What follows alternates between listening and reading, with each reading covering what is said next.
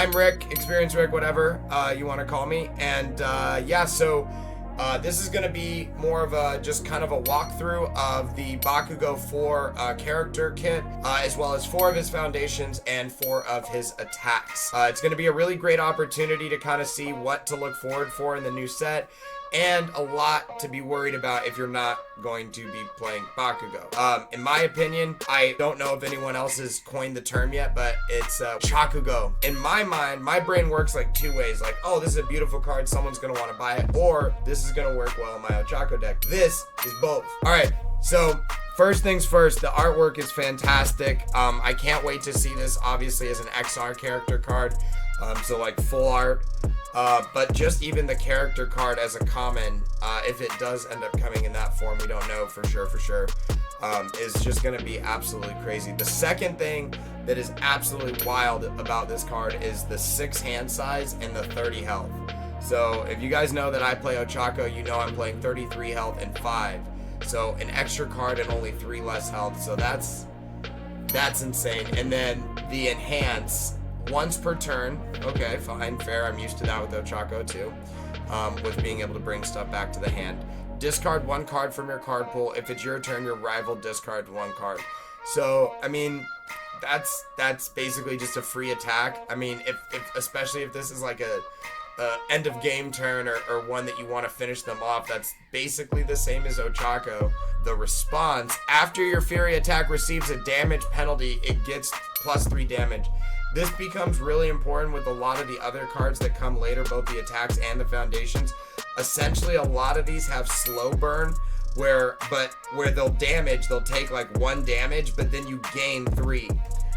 So the net sum of that is obviously a +2. So this is essentially a +2 damage. All right, so attack number 1, angry yelling.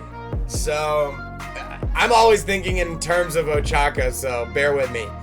If your rival has 4 or more cards in their hand, they discard 1 card. So, I mean, there's no 4-handers that I'm aware of, so in most situations, going into your turn, you're just chipping away 1 of their cards, just as an enhance, by the way. So with Ochako 2, I'm always thinking I can bring it back to the hand. So in theory, I could chip 2 cards guaranteed with this. 4 mid for 5, I mean, it's like half a hulking, but 2 mid block modifier, 5/3, not terrible. And then let's see, the other enhance is this attack gets -1 damage. If this is blocked, draw 1 card. This card reminds me of like a mini hulking. 4 mid for 5, it gets that draw. Yeah, this is cool. I like this. All right, moving on. Explosive Rebuke. It's a 5/2. So you're only getting 2 when it you know, these cards can get really, really difficult.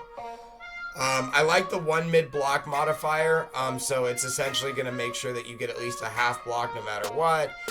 Again, 5 mid for 5 is absolutely, as Soldier would say, disgusting. I will go to the next card, and this is our first foundation, guys. We have Bring It On.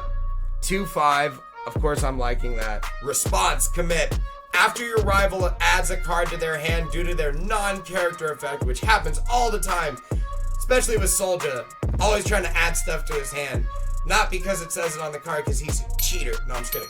So after your rival adds a card to their hand due to their non-character effect, they discard 1 card. Only 1 copy of this ability can be played per turn.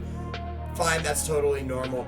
The crazy thing about this is not what it does, it's actually what it reminds me of. The fact that this is the only card that we're going to reveal tonight that says only 1 copy of this ability can be played is absolutely insane. Most of the cards that I've witnessed and that you guys are going to see tonight, absolutely, I wouldn't feel bad if they said once per turn or only 1 copy of this can be used. That some of this stuff is just ridiculous. Ba-boom! Things I like about this. If your rival has 2 cards or less in their hand, draw 1 card. Why? If your opponent has been dwindled and destroyed down to 2 cards, should you in any world be able to have draw power? But this card says let's do it. This card should be a 6/3, honestly. or at least a 5-3 or a 5-4. But this is nuts. Like this is really, really going to be a really strong card. And it's a Fury. So again, a lot of the stuff that I play in my current setup, it works off of how Furies work. All right, rabble rousing. It sounds like Ronda Rousey kind of. 3 high for 5. My goodness. So again, with Ochako, I'm thinking 5-5. It's already a 5-5 to me. So if you have 2 copies of this, you can just burn, and they're in deadlock, you just burn 4 foundations. And if you have 2 of these and you have Ochako too, you could burn 6 foundations. Nasty. All right, guys, irritated. Enhance, commit. This Fury attack gets +2 speed and -1 damage. But it really doesn't, because it gets +3 damage off Bakugo's effect.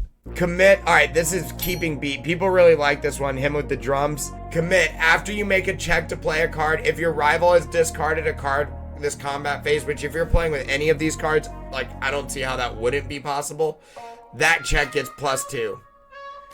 Reluctant role model. Guys, the XR version, doesn't this look like a hologram? It doesn't look real. It looks like he's actually coming through a door or something. I'm just envisioning that the XRC version of this is going to be just absolutely shimmering. And that's it, guys. So, we'll kind of start from the beginning again. Katsuki Bakugo, 4 6-hander, 30 health. Absolutely ridiculous with the enhance and the response. Next, we have his attack, Angry Yelling. Ridiculous. Explosive Rebuke. Bring It On. Irate Scowl. Rabble Rousing. Irritated. Keeping Beat. I do like that artwork. Reluctant Role Model. Yo.